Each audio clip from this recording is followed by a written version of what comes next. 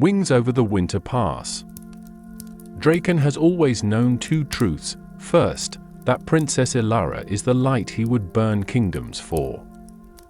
And second, that she can never discover what he is. The mountains rise around the royal caravan in jagged walls, white stone, ice-slick, dangerous even before the shadows in them begin to move. The horses snort nervously, breath clouding like ghosts in the frigid air. Their wheels grind over frozen gravel. The wind screams through the narrow pass as if warning them back. But the princess must reach the high monastery before winter seals these peaks entirely. And Draken, son of the Red Flight, walked beside her carriage with his head bowed, pretending to be nothing more than a stable hand. His dragon half recoiled at the act. Dragons do not lower their gazes. Dragons do not hide. Dragons do not bond with humans. Yet his soul recognized hers the moment she touched his snout 2 years ago, the day she wandered into the royal eyrie during a diplomatic visit. She should never have been able to approach an unmated dragon. But she had. Fearless. Curious. A warmth in her palms that eased a lifetime of restless fire. And something inside him had changed. She remembered none of it. She had only met his dragon form, and he had fled before shifting back. Yet the bond lingered. The pull to her was constant, fierce, aching. And so, when he heard her father had gathered knights to escort her to the monastery, he disguised himself and joined the caravan. Keeping her alive was not a duty. It was instinct, carved deeper than bone. A sudden shriek echoed from the cliffs. The horses stumbled. The knights reached for weapons. Draken swung a calming hand along their lead stallion's neck, murmuring low. A soft voice sounded above him. "Draken? Are we safe?" Ilara leaned halfway out of her carriage, lifting the curtain. The winter sun caught in her chestnut hair, turning it to molten bronze. Her eyes, clear, thoughtful, endlessly kind, searched his face. He had no title to her. No right to stand so close. But the bond hummed beneath his skin, urging him to speak truthfully. "As long as I walk beside you, Princess," he said softly, "you are safe." Her breath caught, the faintest color rising in her cheeks. Before she could respond, Captain Riven rode toward them. His black armor gleamed like obsidian, polished to cold perfection. Riven was everything a knight should be: loyal, strong, disciplined, but Draken had never trusted him. There was something too sharp in his smile, too calculated in his glances toward the princess. "Ilara," he called, using her name without formality. "You should stay inside your carriage. This pass is too exposed." "I know," she said, straightening. "But the horses are frightened." I wanted to see what had happened. Riven's eyes flicked to Draken, dismissive. "My lady, leave the concerns of beasts to the servants." Draken bowed, hiding the sparks of heat threatening to gather in his throat. Riven did not know how close he came to provoking something far deadlier than a stable hand's temper. Ilara's gaze darted between them. "Riven, he was only helping." Riven reined in his horse. "And I am only ensuring your safety." He motioned to a pair of knights to widen the formation, then rode ahead without another word. Ilara sighed, withdrawing into her carriage. The curtain fell, but not before her eyes lingered on Draken, worried, searching.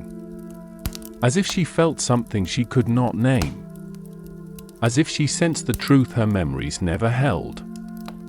They continued through the pass, the air growing colder. Snow drifted down from unseen ledges. The wind howled like distant wings, familiar, ancient. Draken inhaled deeply. Not wind. Wyverns.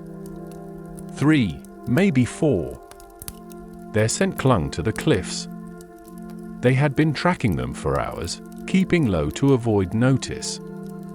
They would not avoid him forever. Not once they recognized the ancient magic humming through his ribs. The bond. Ilara. He glanced toward the carriage. Her silhouette moved, hands pressed to the window glass.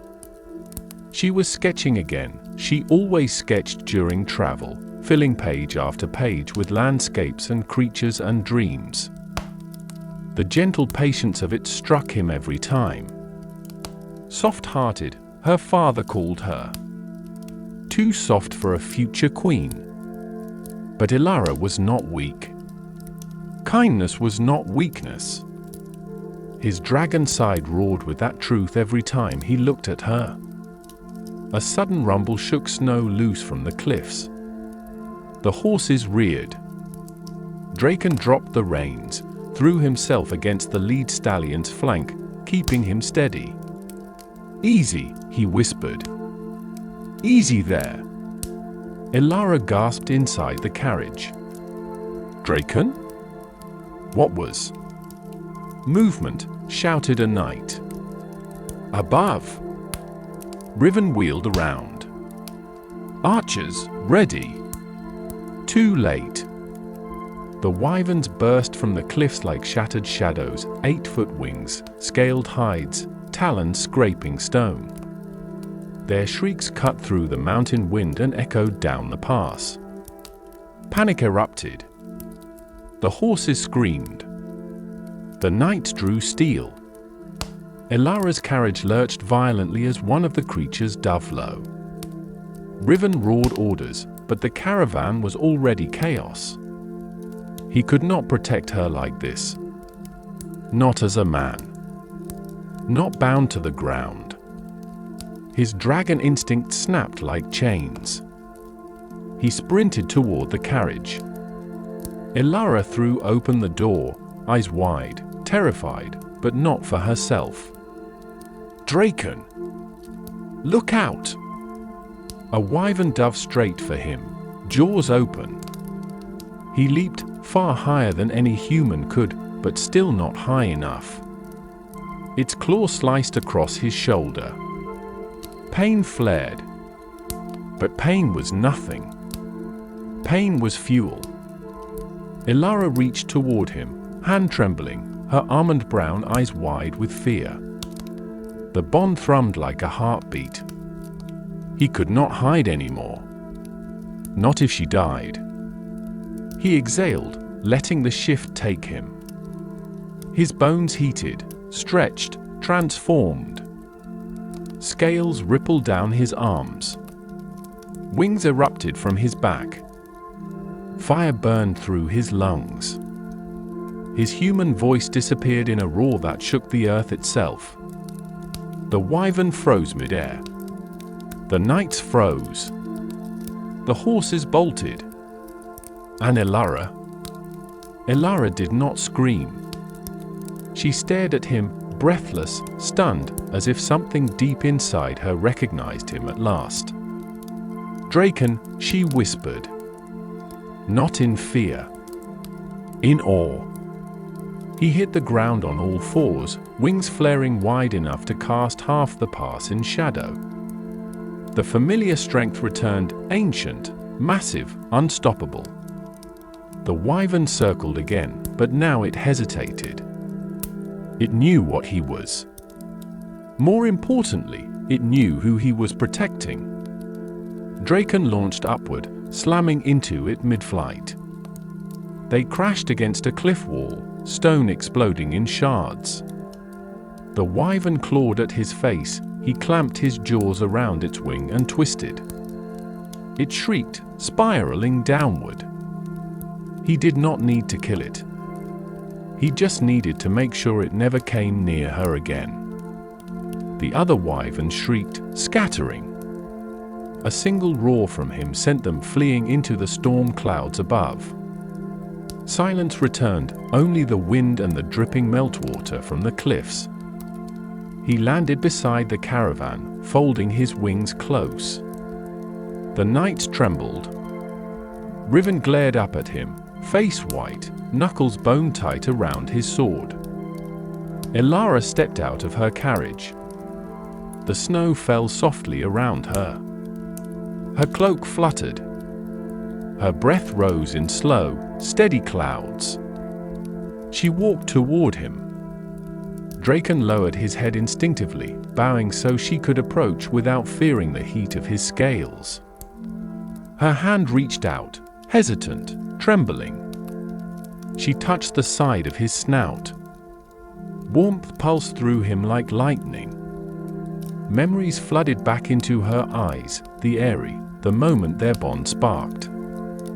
Recognition bloomed, soft and luminous. "It was you," she murmured. "The dragon from the Eyrie. The one I touched that day." He nodded, a rumble deep in his chest. She smiled, gentle, full of emotion that felt too big for this narrow mountain pass. "I'm glad it was you." His heart, scaled or not, nearly stopped. Then voices broke the moment. "Princess!" Riven shouted, galloping toward them. "Step away!" He dismounted, drawing his sword as if he could ever harm Draken with that sliver of metal. Elara turned sharply. "Stand down, Riven!" "He saved my life." "He is a dragon," Riven hissed. "A creature of flame and fury. He could turn on you in an instant." "I trust him," she said simply. Those 3 words nearly undid him. Riven's gaze cut to Draken, a look so full of calculation that his wings tensed reflexively. "She is bewitched," he snapped. "You've ensnared her mind." Draken's roar shook the pass. But Elara stepped between them, palms out. "Enough! Riven, put down your sword." "I will not," he said, voice low. "My oath is to protect you from all threats, especially those masquerading as loyal servants." Masquerading. He knew. He knew all along. Draken narrowed his gaze, trying to read him. Why had he not acted sooner? Why wait until now? Unless the wyverns were not just opportunistic predators. Unless they were lured. His dragon instincts tightened, cold and sharp. "Riven," Elara said slowly. "What did you do?" He froze. The silence answered for him. Her voice trembled. You put us in danger?" "For your own good," Riven spat. "So you would see the truth. Dragons cannot be trusted. Their kind has destroyed kingdoms, razed villages. And now you defend one." "He saved me," she repeated. "You endangered the entire caravan." His jaw tightened. "I did what I had to. Your father should never have allowed you to travel with such little protection. I was trying to force a detour, to convince you to return home." "That was not your decision," she said. "You swore loyalty. Instead, you lied." Riven's eyes flicked to Draken. As has he. Elara turned back to Draken, expression softening. "Draken, why didn't you tell me?" "Because telling her would have risked everything." He shifted, not fully human, but enough to stand on 2 legs, wings trailing behind him, scales along his arms shimmering like molten ember. His voice emerged rough, deeper than his human tone. "I wanted to protect you. Without frightening you." "You never frightened me," she whispered. The bond hummed between them, drawing them closer. Snow swirled gently around their boots. "You remembered?" he asked quietly. "That day at the Eyrie," she said. "I thought it was a dream. But when I saw you shift," her voice broke with something tender. "I felt it. The same warmth. The same pull." His heart stuttered. "Elara." She stepped closer. "Tell me the truth. Why do I feel this?" Draken swallowed, the words heavy with centuries of tradition. "Because you are my bonded," he said softly. "My soul recognized yours. Dragons bond only once, for life. I tried to ignore it. Tried to hide it. But when I'm near you, I feel whole." Her breath caught, so quiet the wind almost stole it away. "Does that mean," she whispered, "that you feel everything I feel?" "No," he said gently. "But when your emotions are strong, I sense them. When you're afraid, my instincts push me to your side. When you're hurt, I burn from the inside out. And when She hesitated, eyes dropping to the ground. "When I'm drawn to you, then it feels like fire," he murmured. "A fire I would never put out." She closed her eyes, leaning slightly into his touch. The wind softened, as if the mountains themselves were holding their breath. A knight approached cautiously. "Princess, the trail is clearing. We should continue before more beasts arrive." Elara nodded, though she did not step away. She whispered, "Draken, will you ride beside me?" He smiled, small, shaken, unable to hide how deeply that request struck. "Until the end of the world," he said. She blushed, her gloved hand slipping into his. The contact was gentle, hesitant, but when their palms met, the bond pulsed warm and bright. They walked together toward her carriage. She hesitated at the step. "Will you sit inside with me?" she asked softly.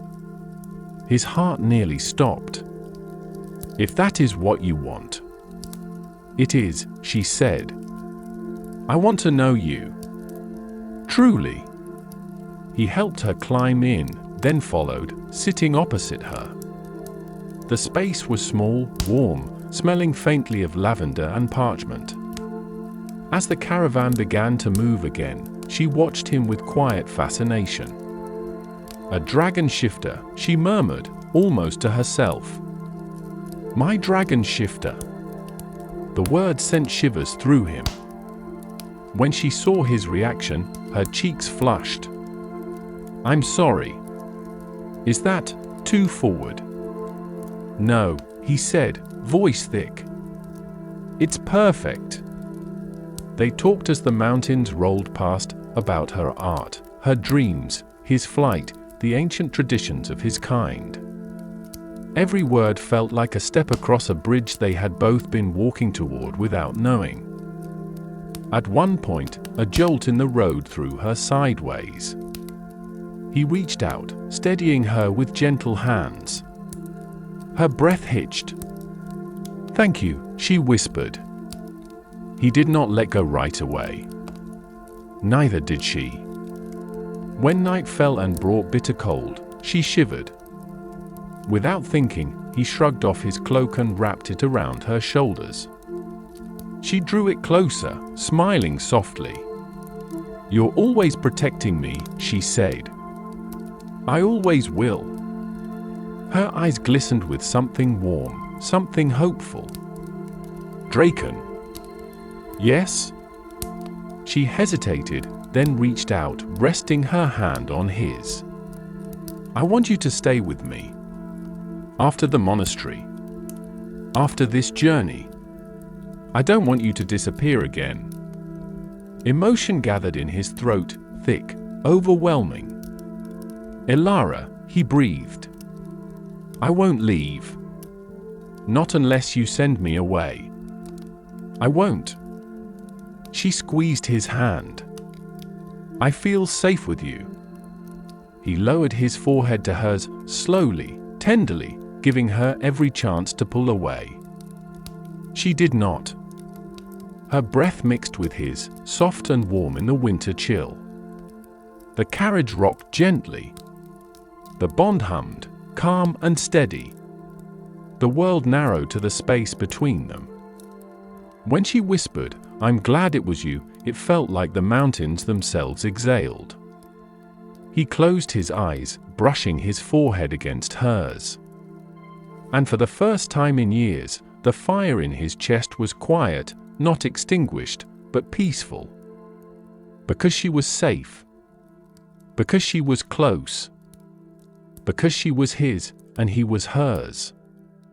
Not by oath, not by duty, but by bond. By choice.